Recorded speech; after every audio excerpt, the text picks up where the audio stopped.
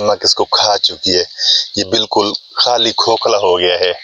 इस सूरत में ये नहीं बच सकता, ये बिल्कुल ही खत्म हो चुका है। ये देखिए खोखला हो चुका है, ये दोबारा नहीं उग सकता, ये खत्म हो गया। अस्सलाम वालेकुम। कपास की फसल बहुत नाजुक फसल होती है, इसका बच्चों की तरह ख्याल रखना पड़ता है। जिस तरह हम बच्चों का ख्याल रखते हैं, इस तरह से कपास का ख्याल रखेंगे तो हमारी कपास बेहतर होगी। वरना थोड़ी सी भी इसमें जो गफलत है, लापरवाही है, वो इसको नुकसान पहुंचा देती है। और इसका थोड़ा सा नुकसान थोड़ा नहीं होता, वो बहुत बड़ा हो जाता है। इस सूरत में नजर आ सकता है आपको, जैसे आपको ये कपास नजर आ रही होगी कि इसके पौधे इसमें सूख चुके हैं। इसको क्या हुआ है कि इसमें दीमक आ चुकी है। और इसको दीमक आने की वजह क्या बनती है कि इसका खुश्क ज़्यादा हो गई है, ज़मीन पानी कम दिया गया है। उसके ऊपर इसमें जो इससे पहले जो फसल थी उसकी बाकियात थी, उसको सही तरह तल्फ नहीं किया गया। इसका नतीजा क्या निकला कि इसमें दीमक पैदा हो चुकी है और इसमें अब दीमक लग गई है। दीमक लगने से ये इसके जो है पौधे बहुत सारे मुरझा चुके हैं, जो कि ख़त्म हो चुके हैं मुरझा। अगर हम आपको दिखाते हैं,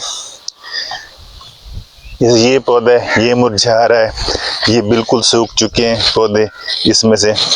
ये देखें ये सूख गया पौधा। और ये दीमक मैं आपको दिखाता हूँ,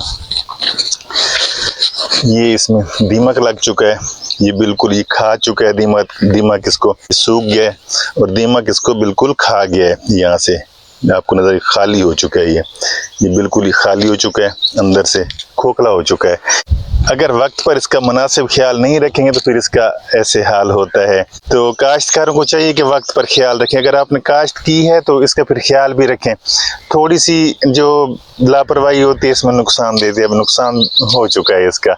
मैंने आपके लिए वीडियो बनाई ताकि आप दीमक दिखा सकूँ कि कैसे से लगती है और किस तरह से पौधे उसमें ख़त्म हो जाते हैं मुरझा कर। हमारे रवायती तरीके जो इस्तेमाल करते थे ख़त्म करने के, वो तो मिट्टी का तेल हम रखते थे, नक्के के ऊपर रख देते थे जहाँ से पानी आता है, कतरा कतरा गिरता रहता था तो वो खत्म हो गए। रवायती तरीके थे। जदीद तरीके आ चुके हैं, इसके लिए केमिकल होते हैं, इसकी दवाइयाँ होती हैं जो आम मिल जाती हैं। अगर उसको पानी में हल करके दिया जाए तो ये इसकी दीमक खत्म हो जाती है और फिर इसकी हरियाली बेहतर रहेगी। और अब क्योंकि ये बड़ी हो रही है, इसका एक पौधा सूख गया तो दोबारा उसकी नुकसान मुश्किल पूरा होता है। जैसे आप कपा गड्डी है तो उन्होंने चाक भी इधर सही तरीके ना लगा तो मोड़ रब दी मर्जी रेट जड़े होंगे। बहरहाल ऐसे होता है कि ऐसे किसान को नुकसान पहुंचता है। अब ये सारी दीमक लगी हुई है, खा चुकी है। जदीद तरीके इस दौर में ऐसे नहीं होता, नुकसान थोड़ा सा भी बहुत बड़ा नुकसान होता है। महंगाई का दौर है, ये काश्त करने पे बहुत खर्च आता है। जब आप इतना खर्च करते हैं तो आपका फर्ज बनता है कि उसका ख्याल करें, उसके दीमक का, उसकी बीमारी को, उसका पानी का। जैसे बच्चों का ख्याल करते हैं हर वक्त कि इसको कौन सी मसला तो नहीं आ रहा। बच्चे तो नहीं बता सकते, खुद देखना पड़ता है बच्चों को क्या है, तो उसकी अलामात हो जाती हैं वाज़े, तो बच्चों को हम पूरी तरह से ख्याल रखते हैं बच्चों का। इसी तरह से ये बच्चों की नाजुक होती है कपास, इसको तो काश भी वही कर सकता है जो उसका ख्याल रख सके बहुत ही ज्यादा।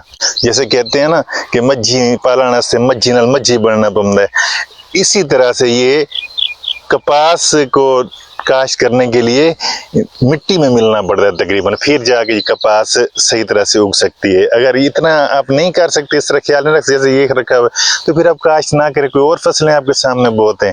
कपास जो रवायती हमारे हैं ज़मींदार जो रेगुलर काश्त करने वाले हैं, उनको इस चीज़ का पता है कि ये कितना बड़ा नुकसान होता है। लिहाजा मेरी आपसे गुजारिश है कि आप इस दीमक का और बीमारी का ख्याल रखें। आजकल के मौसम में ख़ास तौर पर जब अब हवा शुरू होने वाली तो इसके ऊपर अब बीमारियों के हमले भी शुरू होंगे। अगर मेरी वीडियो पसंद है तो उसको लाइक कर लें और मेरे चैनल को कर लें सब्सक्राइब।